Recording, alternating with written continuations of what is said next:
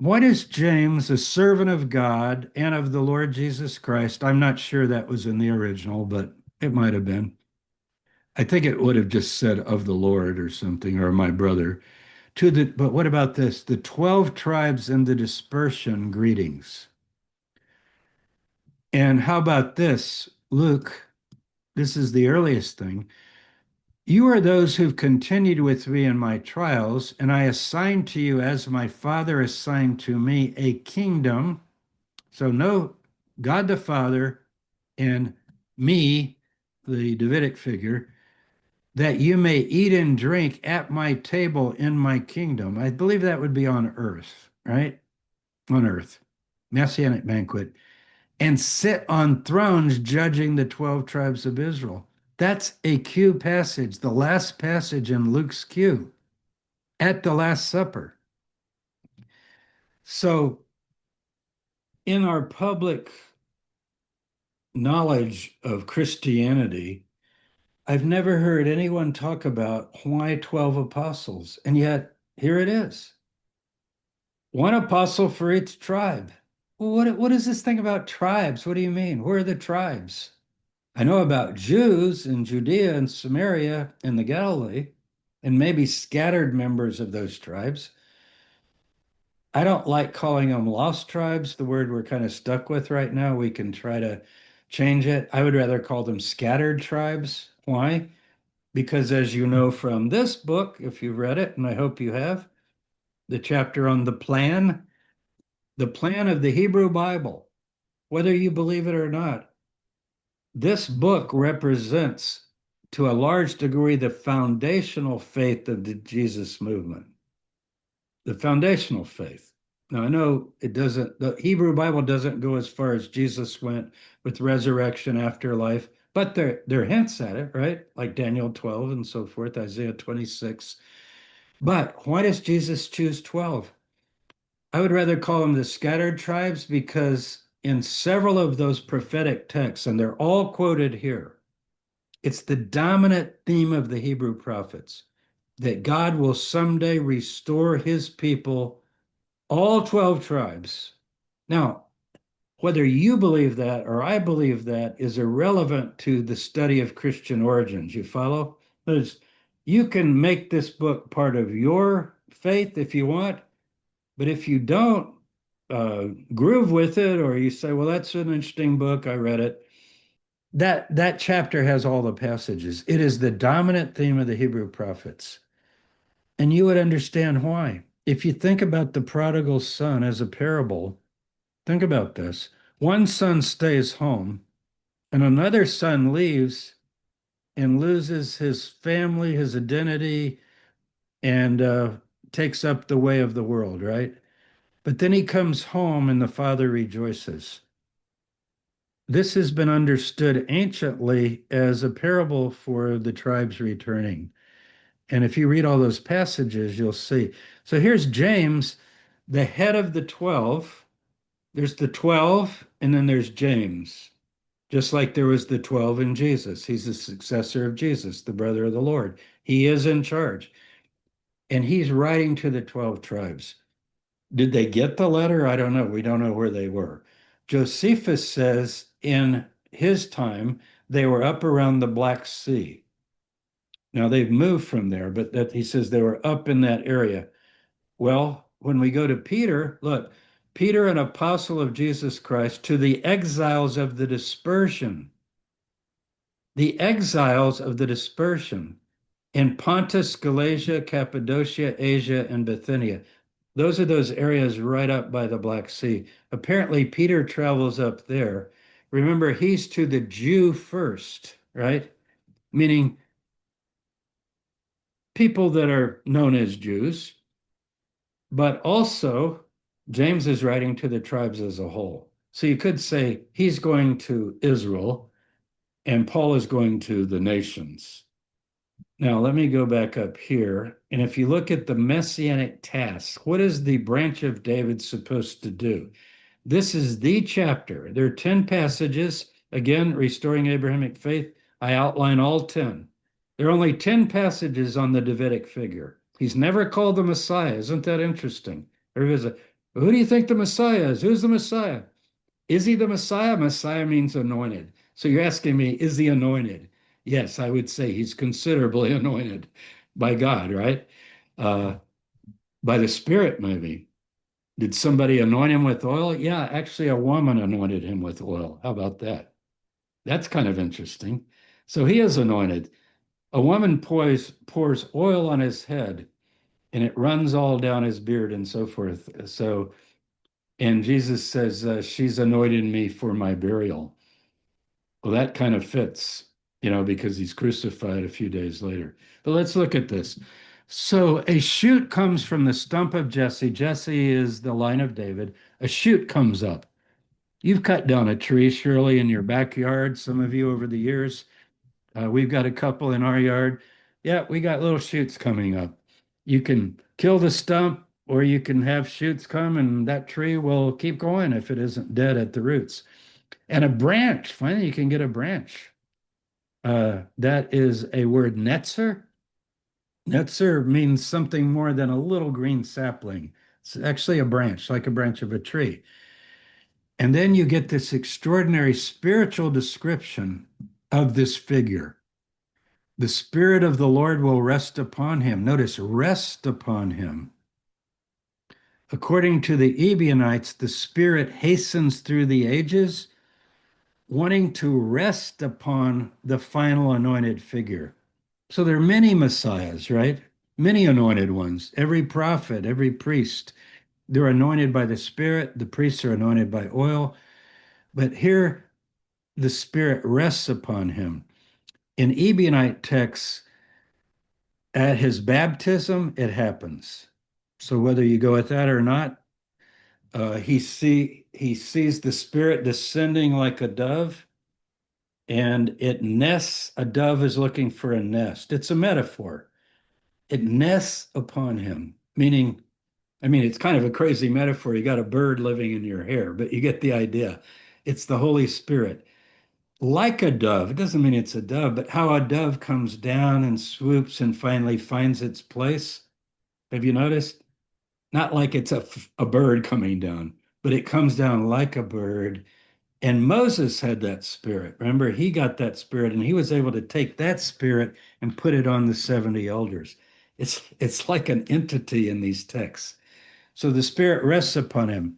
And what is it? It's a spirit of wisdom, understanding, counsel, might, knowledge, and fear of. And the Lord there is, I believe, Yod He Vav He, probably. Uh, I don't have the Hebrew right here, but either way, the fear of the Lord, used all the time in the Proverbs. Well, what is he going to do? Well, he's going to be, there he is, the root of Jesse. He will stand as a signal. Ensign is like a flag. We use it in Navy today. An ensign, right? A banner. It's a NES, N-E-S, sign. It's translated sign. So the nations are out there, and all of a sudden they see this banner waving from Jerusalem. And they start saying, come, this is Isaiah 2, let's go up to the house of the Lord and so forth. And him shall the nations seek, and his dwellings will be glorious. So the Jewish understanding of this Davidic figure, let's call him Davidic figure, the Jewish understanding, or the Hebrew Bible understanding, I should say, not the Jewish understanding, is he's primarily to gather the world back to God. This passage ends, and I didn't even put it in, with the wolf and the lamb dwelling together, the new creation, the new heavens and new earth, which is not another cosmos. It's right here. And the earth is full of the knowledge of the Lord as the waters cover the sea. It's not the Revelation Christian new heavens and new earth. You understand? Remember that picture, it says, and there were no more seas. The waters covered the sea, and there's no sacrifice. They will not hurt or destroy in my holy mountain. And there are many prophecies. These are all in restoring Abrahamic faith. So I think a start on the teachings of Jesus is to absorb what I put here, because this is purely from the Hebrew Bible, flowing right out of it. And I believe Jesus is coming out of that milieu. Okay, then what happens? Well, the Lord, and this is again Yahweh or Jehovah, will extend his hand a second time. First time was Babylon, he brings back the Jews. Second time is the remnant of his people. And it names all of these places and the coastlands of the sea, wherever they've wandered.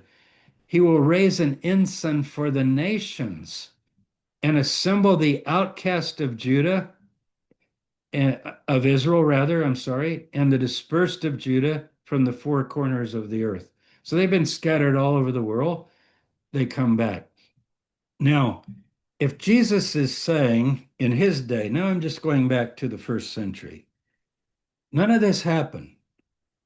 I say in my book, Restoring Abrahamic Faith, which of these messianic prophecies did Jesus fulfill? And I think we'd have to say none. He didn't fulfill any of them. Which will he fulfill? Well, that would depend on whether you think he's the guy that's going to come back and do it all. But I go with Schweitzer. He certainly believed he was called to do it. And sometimes these things are contingent because for this to happen, you have to have people respond. And if they respond with a cross, a rejection, uh, then that doesn't necessarily bring the redemption. Then you get into the suffering servant, despised by the nation, but later exalted and so forth. But either way, let's go back to Jesus' time. He believes, I think he believes, that he's been anointed of the Spirit. Isaiah 61, the Lord has anointed me to preach good news to the poor. He believes he's the guy. He gathers 12 to sit on the 12 tribes, sit on thrones over the 12 tribes. And later, James and Peter write to those scattered tribes to try to reach them with the message that Yeshua, Jesus, is the one and he's come and so forth. So I put this twice. I didn't mean to do that. I'll take it off right now. It's a Word document and I'll upload this where you have it. Now, when you go down, let me space this differently where I can have a clean sheet. When we go to Romans, something interesting happens that Jason Staples, I've mentioned, Bart's Ehrman student, wrote his dissertation on, now has his book out on this. Paul's writing along, and Paul's to the Gentiles, right? Everybody agree? Paul goes to the Gentiles. Okay. Jason took this quotation from Hosea seriously. Nobody ever did that before. Few people I know did it. I would like to say I did it because I did, but I didn't write a book on it. I've always wondered if Paul thought when he went to the Gentiles, remember, you got to go to the ends of the earth, right? The ends of the earth to gather the tribes. They're scattered among the Gentiles. When he goes to the not my people, the not my people, Gentiles, and brings them in, is he bringing in remnants of the tribes as well? You see, they wouldn't know. They would say, we're without hope. We're not the people. Uh, maybe they have lost their identity. That seems to be the idea. So anyway, he quotes Hosea, as indeed he says in Hosea, those who are not my people, I will call my people, and her who was not my beloved, I will call my beloved. And in the very place where it was said to them, was that said to the world? Is he that bad of an exegete? Is he applying this to the nations of the world, or is he applying it to the lost, scattered Israelites? In the prophets, God says, although they are scattered and hidden from you, they are not hidden to me. My eyes are upon all their ways. As Paul preaches in the book of Acts, he gets visions, and again, I don't know if this is historical, I'm doing the ideas here, where he gets a voice or a vision saying, I have many people in this city. What do you mean you have many people in this city? Stay a while. I've got a lot of people here. Paul believes that certain people are being elected and chosen, and others are not. He calls it the first fruits. Christ is the first fruits, and they that are his at his coming. That's his view. Now, in the very place it was said to them, these are in Hosea, the lost, scattered Israelites, you are not my people. It's like a divorce. If someone divorces a woman, you are not my wife. In Jewish tradition, you say, with witnesses, I divorce you, I divorce you, I divorce you. You are no longer my wife. So that person is no longer the wife, and that man is no longer the husband. It's a divorce. That's what Hosea is building on. How do I know? We're going to read it in a minute. Now, here's what blows you away. Why would Peter quote that? If Peter's talking to Jews, why would he quote it? You're a chosen race, a royal priesthood, a holy nation, God's own people. That is the designation in Exodus 19 for the Israelite people chosen in the covenant. What is the new covenant? Jeremiah 31:31. I will make a new covenant with the house of Judah and the house of Israel. Is that what he said? I'm a minister of the new covenant.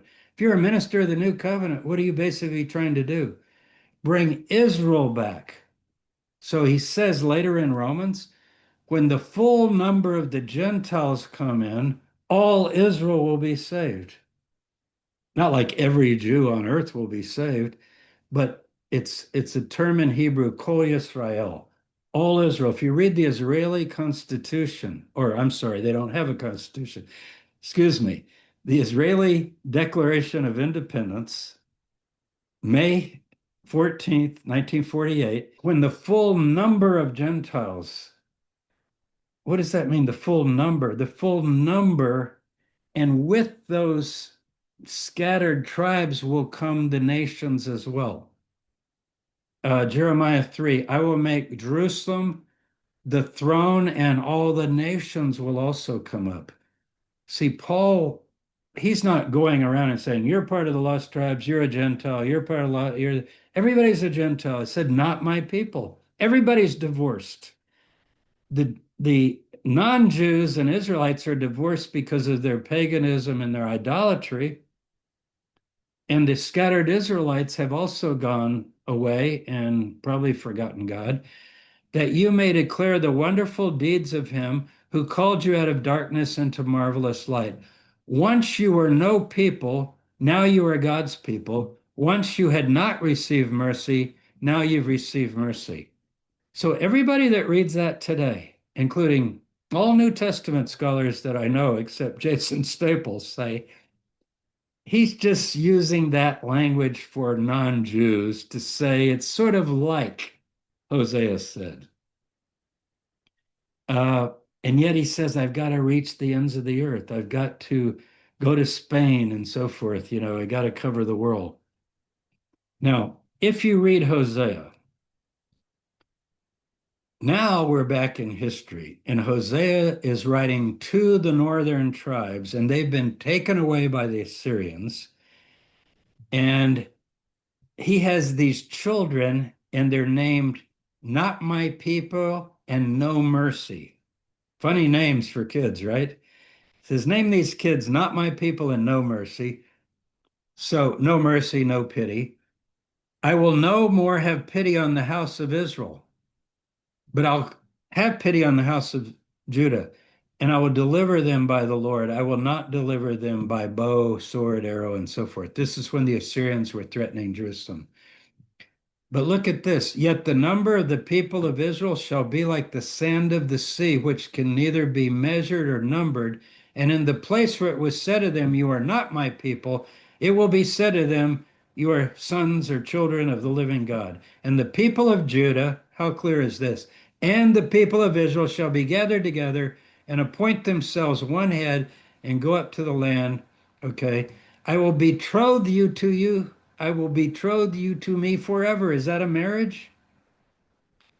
When you make the vows in Judaism, this is read in many Jewish ceremonies. You put the ring, and what do you say? I will betroth you to me in righteousness and justice and steadfast love and mercy and faithfulness, just like God is saying to Israel.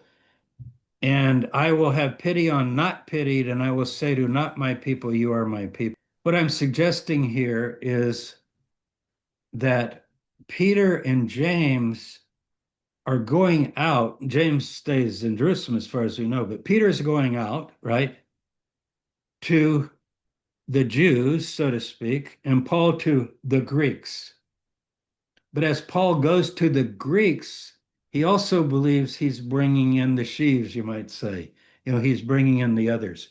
And then you go back to Isaiah 11, and what is the Messiah supposed to do? So, what I'm suggesting to you is not like you believe it now, or it will happen later, or Jesus is coming back to do it. We're talking about Christian origins. What was the vision of Jesus of Nazareth and of the movement in the earliest days? It sounds like the vision was that the time is fulfilled, the kingdom is at hand, and in order for the kingdom to be at hand, we need to choose 12 leaders for the 12 tribes and then get the word out to the tribes and so forth. And I think that's an important part of early Christianity. How it translates 2,000 years later is up for grabs. Some people try to reread it literally, like, well, the Jews have come back and there's a state of Israel. And I guess now a bunch of non-Jews will come, and what would they convert to Judaism, or what will they do? It doesn't appear to be set up very well right now to mimic the prophets. I think you would agree. But there are texts in Zechariah about I will save the house of Judah first and then the house of Ephraim, as it's called, or Ephraim. So within Christianity today, there are thousands and thousands of evangelical Christian believers. They call themselves messianic more, like they think Jesus is the Messiah. They're Sabbath keeping, keeping feasts, and so forth. A lot of them come from Herbert Armstrong's movement and other kind of Jewish Christian movements like that. And what they say is, we are the lost tribes and we've been brought in by the message of Yeshua. Now, any rational person would say to them, well, how would you possibly know that? And their answer would be, because I'm being pulled back to the Judah, pulled back to the Torah and the prophets.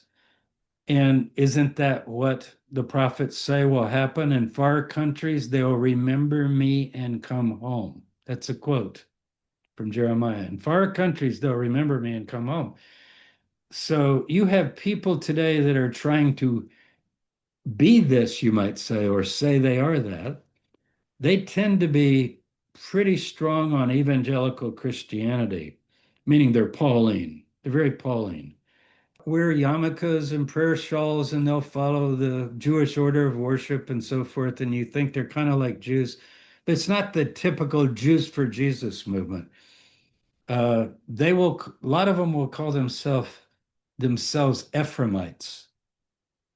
So I just mentioned that as a modern manifestation, and they would be totally into the text we just read and say, yeah, look, don't you believe Hosea? If we're in the last days, and they all think that, right? Judah has come back to the land or is coming back, and now the tribes are going to get gathered and so forth. It's not exactly the picture that you get in the New Testament, because I don't know where the 12 apostles are sitting on thrones. I don't know who James is. You see? In other words, I don't know that it's set up the way Jesus had in mind. But I think if you want to know more about Jesus and what his movement was like, you can't leave out those passages like, I am sent to the lost sheep of the house of Israel. And then Paul coming along and says, Jesus was sent to the Jews, and I'm now sent to the world. But does Paul think when he goes to the world, he'll bring in the tribes? So that's your lecture or lesson for today, to think about those things.